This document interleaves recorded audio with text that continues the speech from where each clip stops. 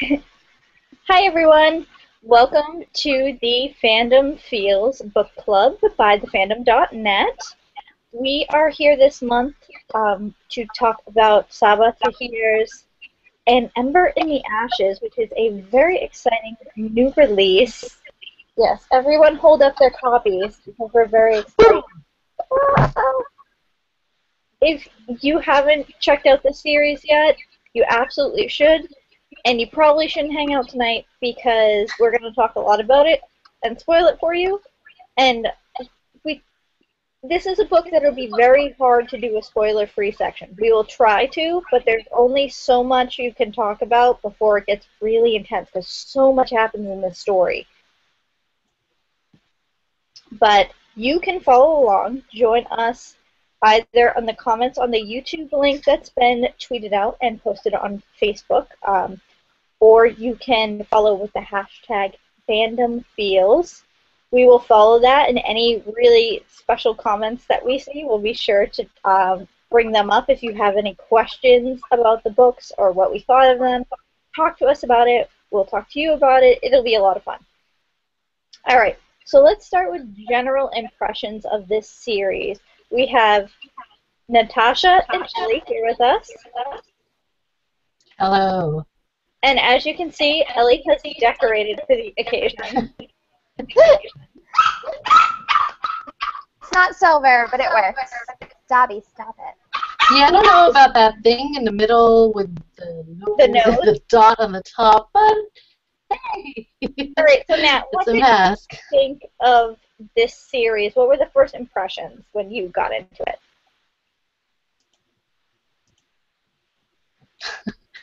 It was really harsh, I gotta say. That's probably like the one word that I can think of. There's a lot of stuff that happens to these people, and it's not good. In a sense, I mean, if you want to compare it to something, maybe something like Game of Thrones, you know, it has that element of violence, Level. I guess. But yeah, it's definitely an original. It's just really harsh, but doesn't mean it isn't good. That's my first impression. All right, Ellie, what did you think? What did you feel about this book? We'll see if Dobby lets me talk. I love this book. As you can, I just like sit here petting it. It's so pretty. I mean, it was intense and ridiculous in the most amazing way. And I was pretty much on the edge of my seat the entire time I was reading it. I thought it had a little bit of a Legends feel at the very beginning, but only for the first, like, 3 chapters, let's say. And then it kind of went off and became something completely different. But amazing. No, when Ellie was first reading the book, she read this after Natasha and I did. And there were parts where she's like, oh, well, I don't know, it kind of feels like some other books that I've read in the very beginning when she was first getting into it. And I was like, Ellie, just keep reading or I will cut you. Like, the book is so good, you don't understand. Seriously. Because I think in the genre, you kind of get used to the, like, more of the same. Like, you see a lot of stories that are recycled but in a slightly different setting, and you almost come to expect that. But this book totally throws that off. I really enjoyed the way it really created its own story with its own setting. And it is intense, but we bring this up, I swear, every month whatsoever, is that Nat is opposed to the intense, where I love it. There was only one scene that really bothered me, I guess, in the whole book, and it was in the very beginning. So almost like We can talk about You that more know, in detail later. We'll do like I a know. I'm just saying though, like, but aside from that, I mean, I did enjoy it. I actually did enjoy it, but it was just one scene. But it's one of those scenes that kind of sticks to you. Like, at Mhm. least it did to me. It sticks to your gut, and it's kind Oh, of I hard think to it's like just set it aside. Hi, I'm back. it's okay. You lost the mask. Yeah. It's okay. If you don't understand why Ellie was wearing the mask, that was an excellent, excellent intro to the story because we have essentially two societies that are at they're not at war with each other. One's actually oppressed by the other. We have the scholars, who the name as it is as it implies, they are a generation of, or not a generation, just a society of historians and people who are researchers who are really trying to find out new and different things while keeping this like history of the culture. They're a very culturally based, group, and they are being oppressed by the marshals, who are um, just the militant group. There's no better way to put it, really. They're the army, but they're in charge. They're Yeah, the, the mark. and they have their group called the Masks, which are these scary ass motherfuckers of this world. I'm sorry, I have no other way to put it. We can swear here. We're big kids. So they have these silver masks that, as they grow, melt into their face, like become embedded in their skin. These crazy, like, all I can think of is the Phantom of the Opera, if that was actually like part of his face. That's what I see, and it's terrifying. So, Yeah, it's really terrifying when you think about how if you keep that mask on for long enough time, you may never get it off. yeah. And even, so of course, the two main characters are Laia, which I've decided is how her name is said. That's how I I, think of it. all right. But I went back and forth about whether it was Laia or Laia, and I think it was Laia. And she is a scholar. Sabaa says Laia. Okay, so I'm not crazy. Yay, Bookan! Giving me pronunciations for names. Good job.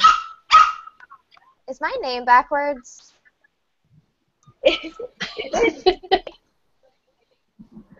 I don't know. Okay. No, it's not. It is not. It's there. So, It says Okay, Ellie. it's just in my view. Sorry, go on. so we have Laia, who is a scholar, who ends up finding herself in a pretty awful situation after her brother is accused of treason. That's on the book cover, so I don't feel like I'm ruining anything there.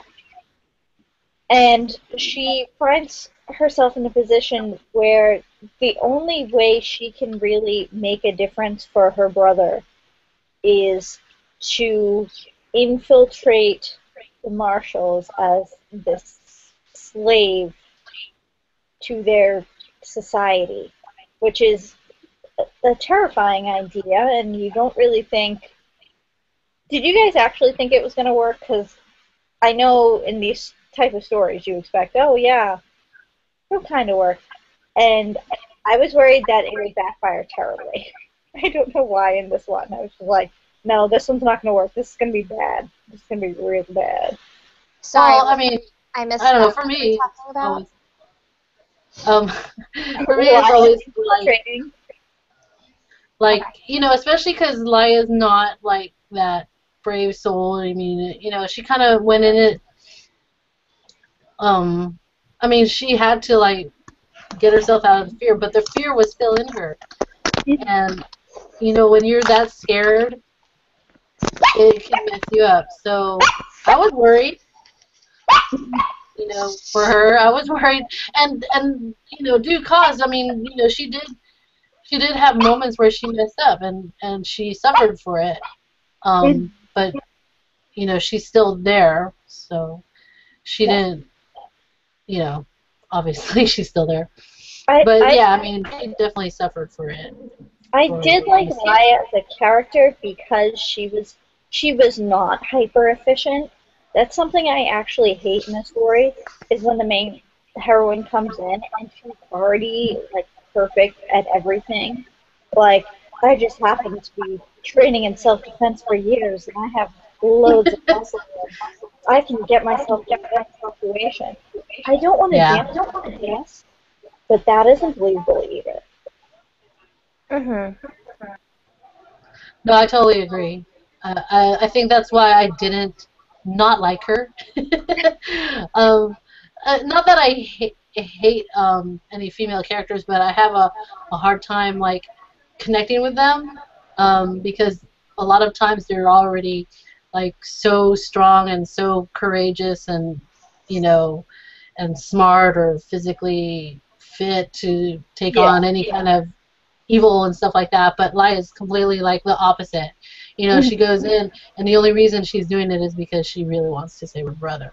But I mean, she's totally scared. She does things. She gets caught. She gets punished for it, and you can tell by the physical scars as well as emotional scars. And so I don't not like her. I actually do like her. I mean, she's very brave. Like, she's absolutely terrified, but she does it anyway. I guess that's what I mean. Is like, a lot of them, they're like, I'm not scared and all this stuff, and it's like, well, why not? You should be. Yeah, exactly. So I like the idea that she's like, she talks about her fear a lot. In it, so. And then, of course, that brings us to Elias, who is the other side of the equation.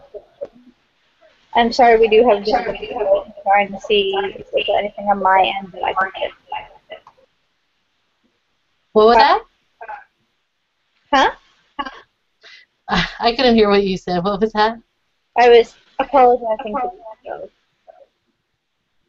and trying to see if there's anything I can do. It's not me. I muted myself, and nothing changed. Okay. So, but alright. In the meantime, let's talk about Elias. Because he is a mask in training. He is almost complete in this whole process. But he doesn't enjoy what being a mask means. So it's hard to really fit into the society for him. But it's all he knows, and so he kind of goes along with it. And I think that makes him a really interesting character as well. But he also fights it. Like, it's not like he's trying to fit in. Well, he is to a certain degree because he doesn't want everyone to recognize him as a traitor of sorts. Right, but it's not like he fights it. He takes the mask off. Yeah. So he's really interesting in that sense because you almost get this shame from him that you wouldn't expect from a character, especially one of privilege. I wouldn't say he's fully aware, but he's much more aware than any of his classmates about just how bad the world outside is and how people are treated by the marshals. Mm-hmm. So, I don't know, I really liked him as a character, and I liked the way their stories developed separately before coming together. Did you guys like that, or were you like, okay, when is this going to get about the two of them? A little bit of both. I mean, I was curious, but it was also interesting the way they were going down to completely unrelated paths. It's not like you could, I mean, you knew that they were going to meet, obviously, but it wasn't like super clear that like this path was leading towards the other one. I was just really happy it wasn't insta-lovey. That it, like, they didn't meet and have an instant attraction and decide that they needed to be together and face the world together, and that was the story, because I've seen that story so many times, and while it's cute, like... He did have an instant interest. And I think but it wasn't like he was in love with her right away. He thought she was pretty. Right. He knew Yeah. she was in trouble. He was kind of concerned about her Mm-hmm. more than the other servants. But he wasn't like, I must be with this woman. You know? The world stopped around me when I met her eyes. I know. She's the most beautiful woman I've ever seen in my life. And therefore, I know we're meant to be together. Yeah. That one. Yep. We've all read it. We've all read a lot of them, actually. I did like Elias too. I really, the point, I mean, you can see it from the beginning, obviously, he was already planning to escape. But, you know, there was also the idea, there was also the fact that he wasn't raised like everybody else was. He was raised outside in a caring family that wasn't biologically his, and so because he was raised in that environment, in that tribe, I think it's like a tribe, he knew that what, you know, he had that warring factor within himself, and, you know, being this mask and connecting with his former self. So he still had that in him, and I think that's why he's very different from everybody else. That's why he could, and I'm really glad that they wrote that Sabaa wrote him in that part when they caught Farius, and the fact that he couldn't look away, and he wasn't going to be like everybody else and just step back and like you know, like just throw all kinds of hatred towards this kid that was like, who just wanted to, you know, this is All right. oh my gosh. All right, so real quick, we're kind of getting spoiled territory, and I think we've kind of crossed the line where there isn't a lot to talk about without getting too spoilery. I thought we were gonna, because we I thought we all read it though. Well, I'm saying just in case anyone out there hasn't, this would be the time that we're going to say goodbye to you. Yeah, then. Goodbye. All right. But stick around if you've read it, and you should have, because it's amazing. I just wanted to give that warning. And then we can get back to that part that you were talking about when, you know, a 10-year-old gets killed, and it's really disturbing. I don't know why Ellie is laughing about that. I really don't. That is so disturbing to me that you are actually laughing about that. The teacher. The teacher. The teacher. Wait, what grade do you teach? Third. Oh my gosh. Just the way Kate said that was funny. Oh my god. No one's laughing about the killing of children. That's terrible. I'm laughing at about the way Kate so casually talked about the killing of children. Oh my gosh. Okay. Okay, so anyway, as I was saying before, seriously, like, that actually, I'm glad you stopped me, because I was about to, you know, lose it. Anyway, but yeah, I'm just glad that, you know, he kind of defied, what's her name? The commandant? I don't even know. His evil mother. Yeah, basically his mom. But the fact that he did, you know, like risking the fact that he can be considered a traitor as well. But he did it anyway. You know, he looked at his mom, the one who killed the kid, and just he wouldn't look away. He wouldn't back down. And I was like, oh my gosh, this kid is, you know, Elias is, to me, you know, that type of person where I think he can make changes, and so I mean, and I did like the idea of them having two separate stories, and somewhere along the line they like their paths cross. And yeah, I was kind of like going, okay, when are they gonna meet and stuff, but it's an interesting storyline though, because he has his best friend Helene, you know, who can be a possible love interest, and then he meets Laia. So it's a complicated thing too. But I do like Elias for even just not backing away from what happened and realizing that it was just totally wrong. Mm-hmm. And, alright, you brought up Helene. And Helene is a badass, and I do like her. But I think my one little complaint about this book is that we're forming, like, this weird possible love square thing where everyone could possibly be hooking up with each other, and everyone kind of has messy feelings for each other. And Where? Alright, Well, because it's like a Elias star. and Helene are obviously a quite possible situation. Mm-hmm. Elias and Laia are, I'm assuming, endgame if all goes well, but I'm not going to predict the series this far in advance because that's awful. There's that other guy I don't care about. Yeah, Keenan?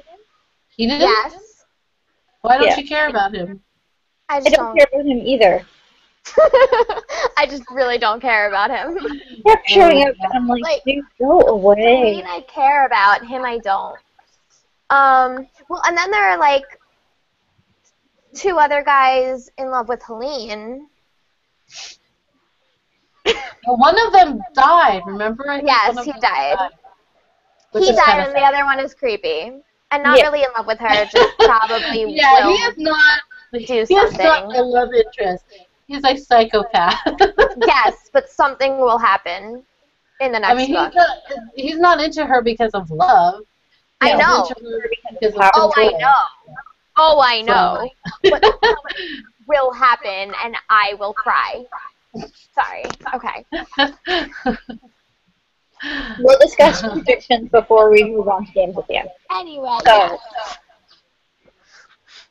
yeah, that whole thing for me was like neat, but I do love the trials, and I love Elias and Helene in the trials especially because they kind of end up helping each other along the way and being awesome together. So were you guys expecting the trials? Because I know it says something about a test to become the new Martial Emperor in the description of the book, but it doesn't really explain what that is. And I didn't realize that it was this crazy, deadly, face all your worst fears, and everything could still go wrong type of situation.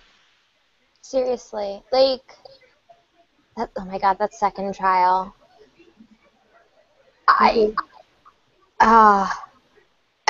Sorry, I'm at a loss for words at the moment. Describe the second trial. The one where you needed to fight against one of the other people and all of their people. The one where everyone had to kill each other. Everyone had to kill everybody.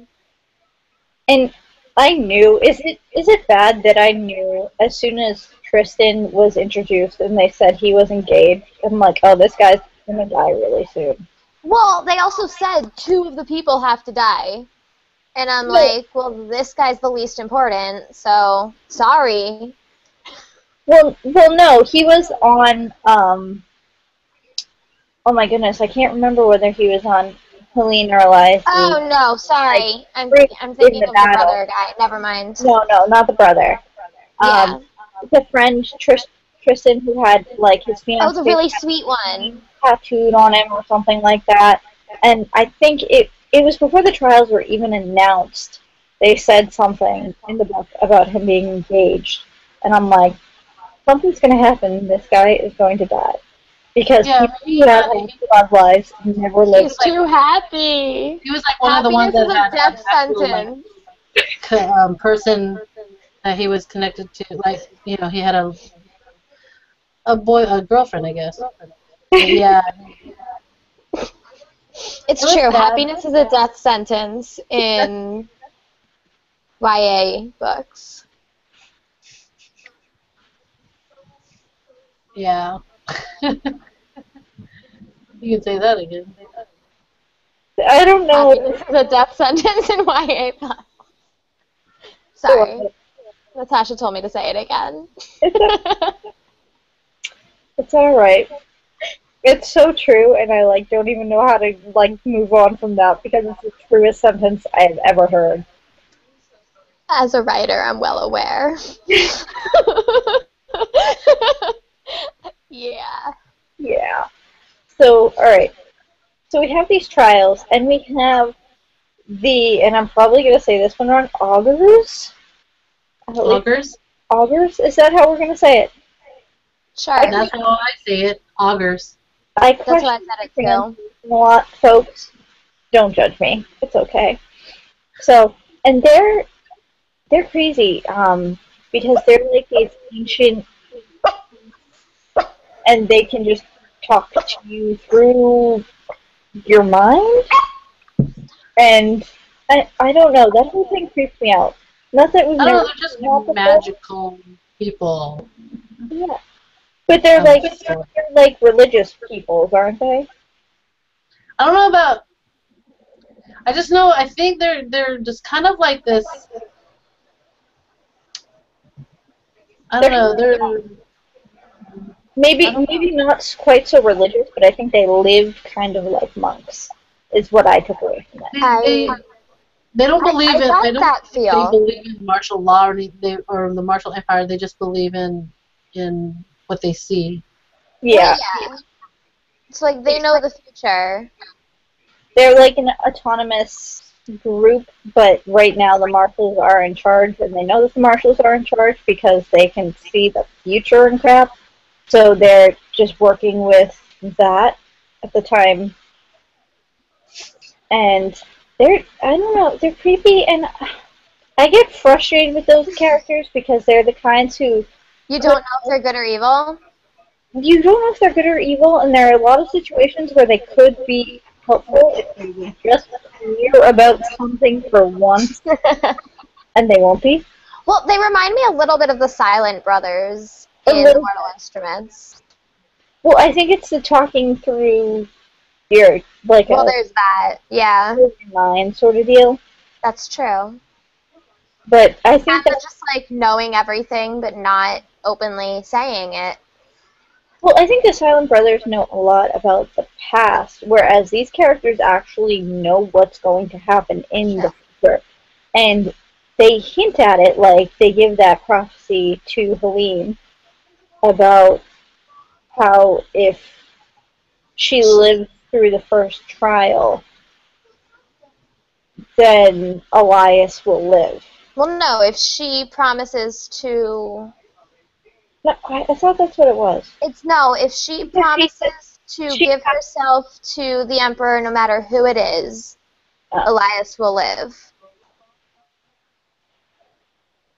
See, I'm trying to remember the exact wording now, because it was sketchy, because I know she told Elias during the trial, no, I have to do this. Right, because if he died, he wasn't guaranteed to live anymore, because he wasn't... She was no longer, like, promising to be with the Emperor. Mm-hmm. So the only way to guarantee his life is for her to make it through. Mm-hmm. So, yeah, they're cryptic about that stuff.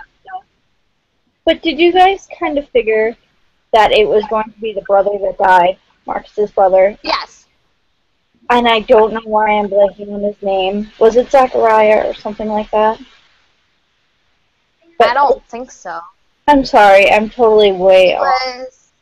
I have like, but I can't just flip. And Dobby. Oh, Zach. Dobby. Just Zach. It was Zach. Huh. Marcus and Zach. And when they said one of the four would die, I was pretty sure two would die. Does it? They said two would be lost. I thought it said 2 would be lost, but 1 would be lost forever, or something like that. I saw. Which kind of explains the ending, because Elias is gone. He's technically lost to the society, but he's not dead. I don't remember the exact words. Well, I mean, but yeah, that makes sense. I thought it was 2 though. I'm thinking now I thought it was 2 also because of the fact that they ended up having to. Well, it came up. I know. It has been a while. Sorry, guys, we're not like that. We don't remember all that much about it. We've read a few books since then, but we are trying to remember. But yeah, it was either something, I can't remember. I know obviously one of them absolutely had to die, but I'm pretty sure I thought there was 2 that had to go. And then the 2 remaining, one was going to be the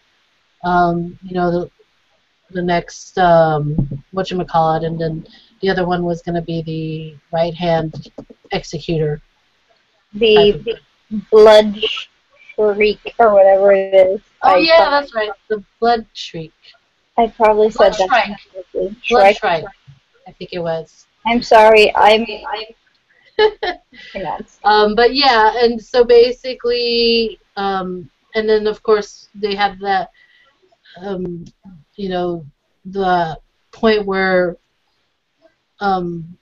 Elias had to be executed, and then this is a point when I think Colleen had to trust in the augurs to do what they said. Which is a scary moment because she had to kill him.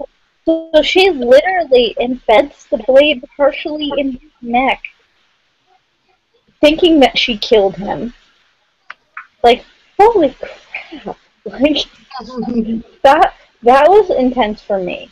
In the action suspense way that you don't always get in books, because you don't get to the point where a character has had their neck severed by a blade, but didn't end up going in far enough to actually kill him. Like, holy Jesus.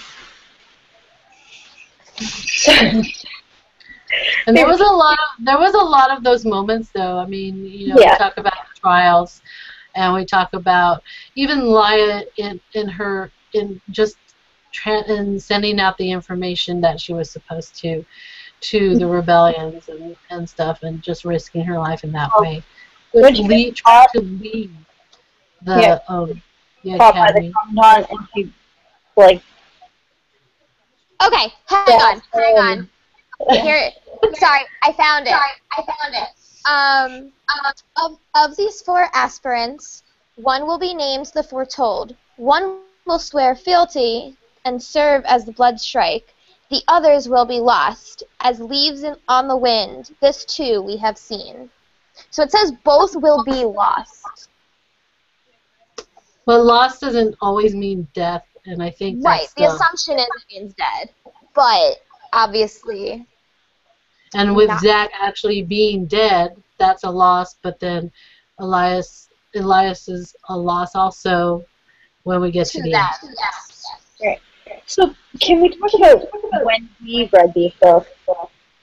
Because I first got this book at New York Comic Con in October, and I am stupid, so I didn't read it for a very long time.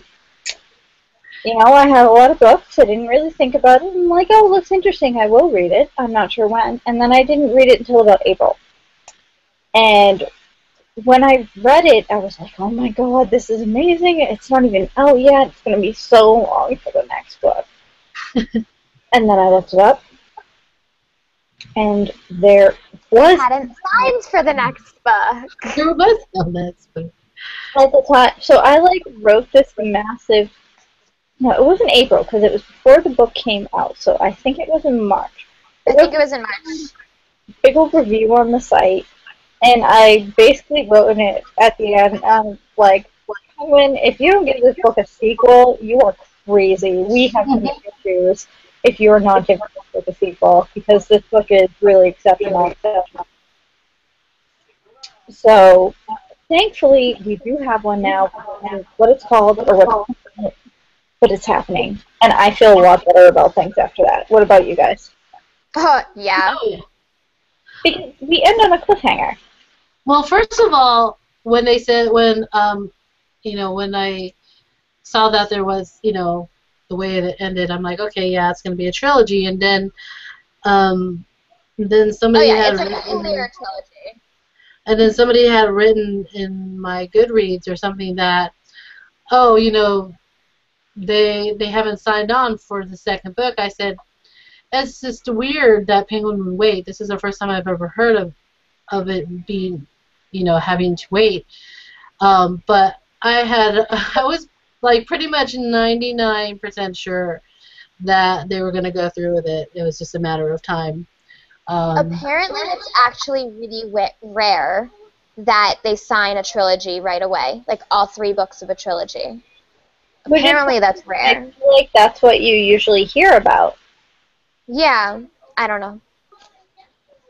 Yeah, I mean, because usually it's that the book is already in the process and they've read it and they're like, this is amazing, let's go ahead and sign up for the trilogy, and then it gets published. So we don't hear about that until later on. But the fact that they waited until after it was already published to sign on for the second one, that one was weird to me because I've not seen that before. And even if it is a common thing, I don't know if they just didn't read it like right away or something. And this is going to be amazing. I know, and like maybe they just said, "Oh, go ahead and publish it. We'll read it later," type of thing. But I'm all, yeah, you needed to read this. So I was 99% sure that they were gonna do it. It's just like, I guess we'll wait, and it wasn't that Sabaa wasn't gonna stop writing just because it wasn't signed.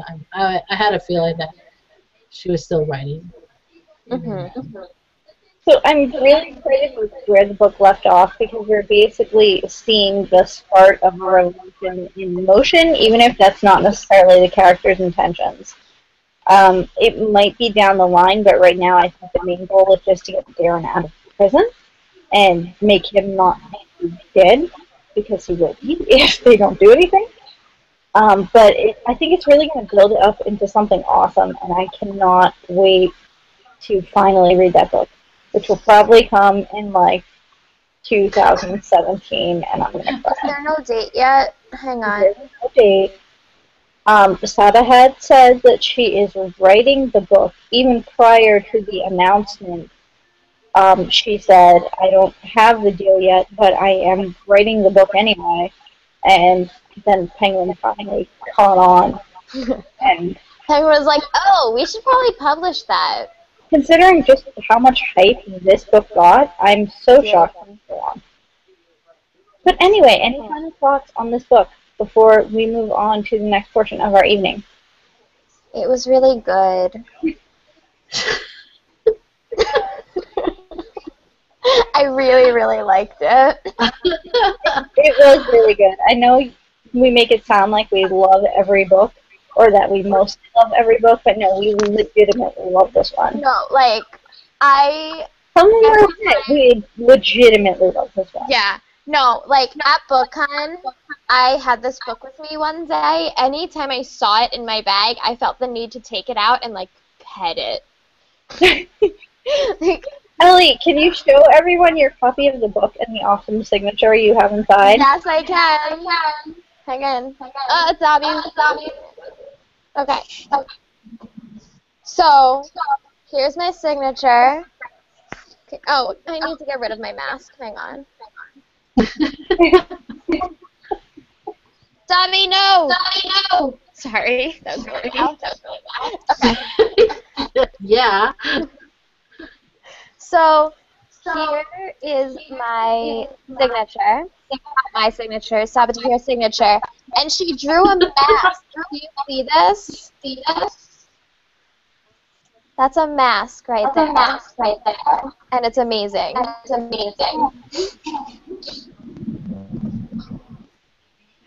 Yeah.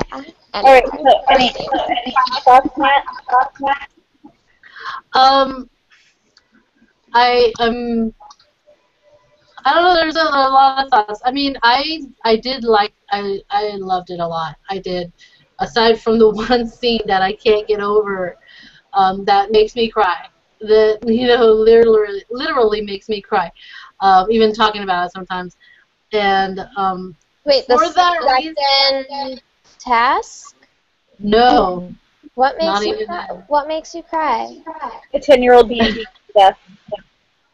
Killing children. That one? Oh yeah. Oh, okay. Believe it or not, it's like sometimes the smaller things. It's not the big events that make me cry. Sometimes it's like just the subtle, or just the those events, and that's why I say, if Elias did not do what he did, I probably would not have liked this book as much. I probably wouldn't have Fair. liked it at all. If you were seeing that whole situation through the eyes of such like disdain for what was happening. It's just, to me, like, I don't know what it is. Like, sometimes I put myself in that situation, and it kills me. Like, not like that, but I mean, just it's so heartbreaking that I can't handle it. It just feels real sometimes, and I make it too real for me, and for some reason it's so heartbreaking that I cry. I cry. That's how people cry sometimes when you read books. You guys know. I don't cry. Just kidding. Stop I cry lying, from Ellie. everything. But like, and it's not the big things sometimes. Sometimes it's just those moments, and that one moment it's too much for me. So I gave it like 4 out of 5, I think, in Goodreads, instead of the perfect 5, or just that one scene. But aside from that, I really did. I like the characters. I like Laia. I like Elias. I'm, I like the the differences, and the confusion that's between Elias and Helene. And I know that we've all read about love triangles and love squares and stuff like that, but it's still a little different in that there's just a lot of stuff going on, and it might be that I can't say that Elias is like totally like in love with Laia, or Well, that's the thing. They're not even together. No, but they are together now. They're like currently together. They're They're not like together. No, exactly, and that's the interesting part about it. And I love that. Exactly. I love it, and I'm really interested in seeing where it goes from there. Especially now that they've escaped, and now it's like, where are they going to be? Where are they going to go? What's going to happen? So yeah. Great that the attraction isn't the main focus. I mean, I still want Keegan to go away. He just feels like a nuisance at this point. Like, you're not a real love interest. You can back off now, please. And Yeah. but besides that, I really love this book. But right now, let's move on to some fun stuff. Okay, so I didn't get to do much. I was busy doing a Percy Jackson promotion thing, and just so you guys know, we're doing a whole bunch of Percy Jackson stuff for the next 6 months. Yay! Percy Jackson.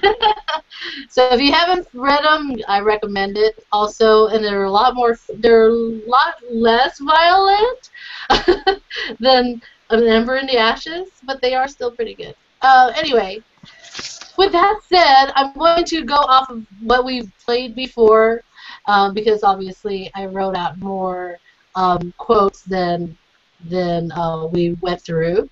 Okay. Oh, we're just going to go with this one. So the first one, oh, that's right, I had you guys pick numbers. You can just pick random if you want. That's fine, too. Oh, I'm so bad at this game. We both are, darling. We both are. Well, this is the one that I believe. This is the one that you guys have read all the books on. I made sure that you have read all these books. Okay. So they should be. You're amazing. Hang on, wait. Give me 2 seconds. I need to put Dobby down before he ruins this game for me. Okay. 1, Give me 2. 0.2 seconds. Point 1, point 2.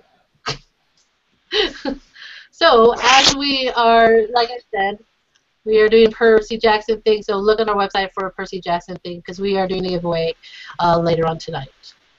Ooh. Okay. Ready? Sorry, although I could have blamed him that way.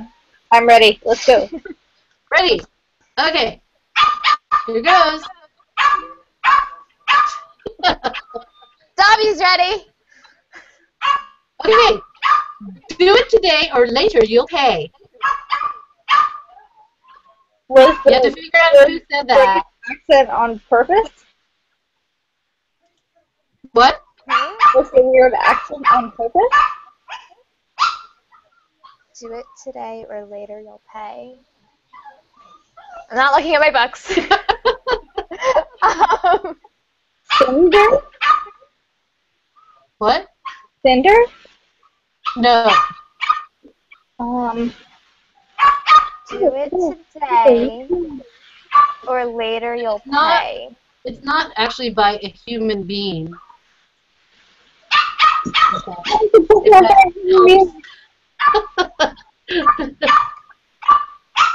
Stop It's it! very. I'll give you a hint. It's very magical. I got that. If something other than a human is talking. Do it today or later, you'll pay. Sounds like an Alice in Wonderland thing. No. 5, 4, 3, 2, 1. Okay, it's the Homework Planet. It's the what? Harry Potter and the Order of the Phoenix. Seriously? The Homework Planet from Harry Potter and the Order of the Phoenix. Oh, I remember that. I haven't read those books in like 5 years, which is crazy. Hey, they're your favorite books ever. And Ashamed. some people read it every year. Okay. I feel really ashamed because Harry Potter is like my definitive life stuff. And I know. I have them both here and here. It was magical. I wanted to say Harry Potter, but then you would have asked me which one, and I didn't know. I know. I was thinking Harry Potter too. I just wanted to know who said it, but that one was hard. Okay, next one. You are so busy being you that you have no idea how utterly unprecedented you are. That's from the Hunger Games, isn't it? No. It No. sounds like something Peter would say, but it's not. I'm confusing it with his other quote about You have no clue the effect you can have. You are so busy being you that you have no idea how unprecedented you are. Has anybody in Twitter Is this a first line? Or is this just No, it's not a first line. It's not a first line of the book. It's just Is this from like the selection or something? No.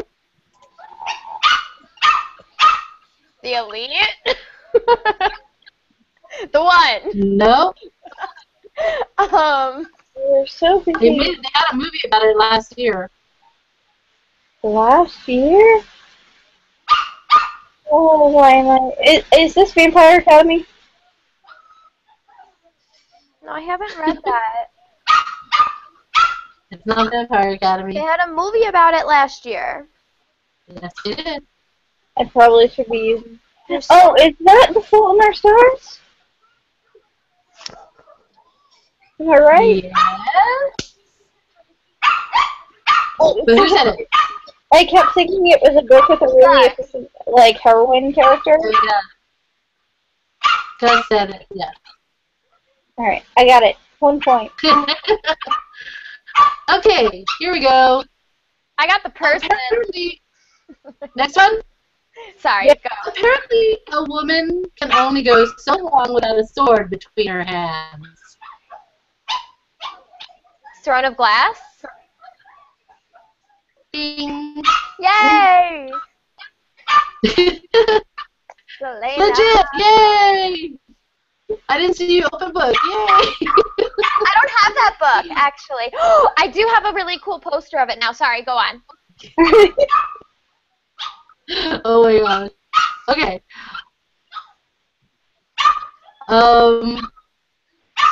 Dobby, My shoulder will never be the same.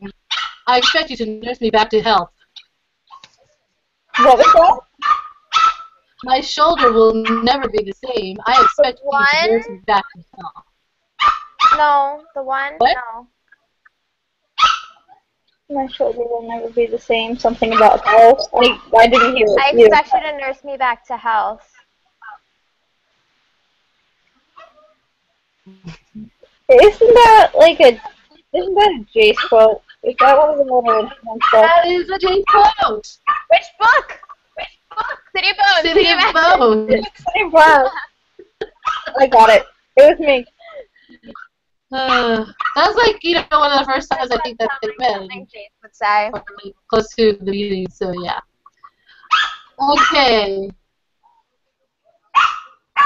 Let me see.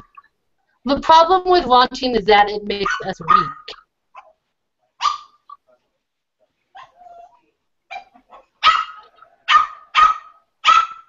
Seriously? I feel like I should know this, and it's I like know, me too. right there. I'm on what? It should be easy. The problem with wanting is that it makes us weak. Is that Shadow and Bone or Ruin and Rising or something? Shadow and Bone. By who said it? Do you know? Do you know? There's only one person who could actually do that. Darkling? Yes. I was like, there's actually only one person who really. Like, once I know the book, I can figure out who would say something like that.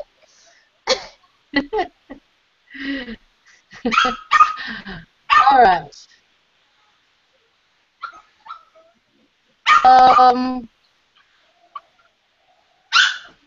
You think the dead we loved ever truly leave us? What was That's that? a Harry Potter quote. Yes.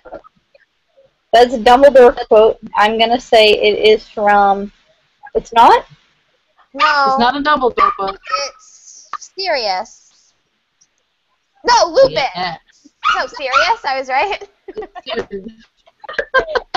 I was like, yes, and you're all, no, Lupin! Azkaban. Yes, Azkaban. Oh my gosh, okay. Rose took my nose, I suppose, and it really blows. What was that? Rose took my nose, I suppose, and it really blows. Is that part of the whole noses thing from the Scorch trial? Yes! Oh. It's from the Scorch trial! Kate is kicking my butt today. I'm blaming Dobby. Here we go. I'd rather die my way than live yours. I feel like anyone could have said that. I'd rather live my way. I'd rather die my way. I'd rather die than my live way than live yours. So many characters.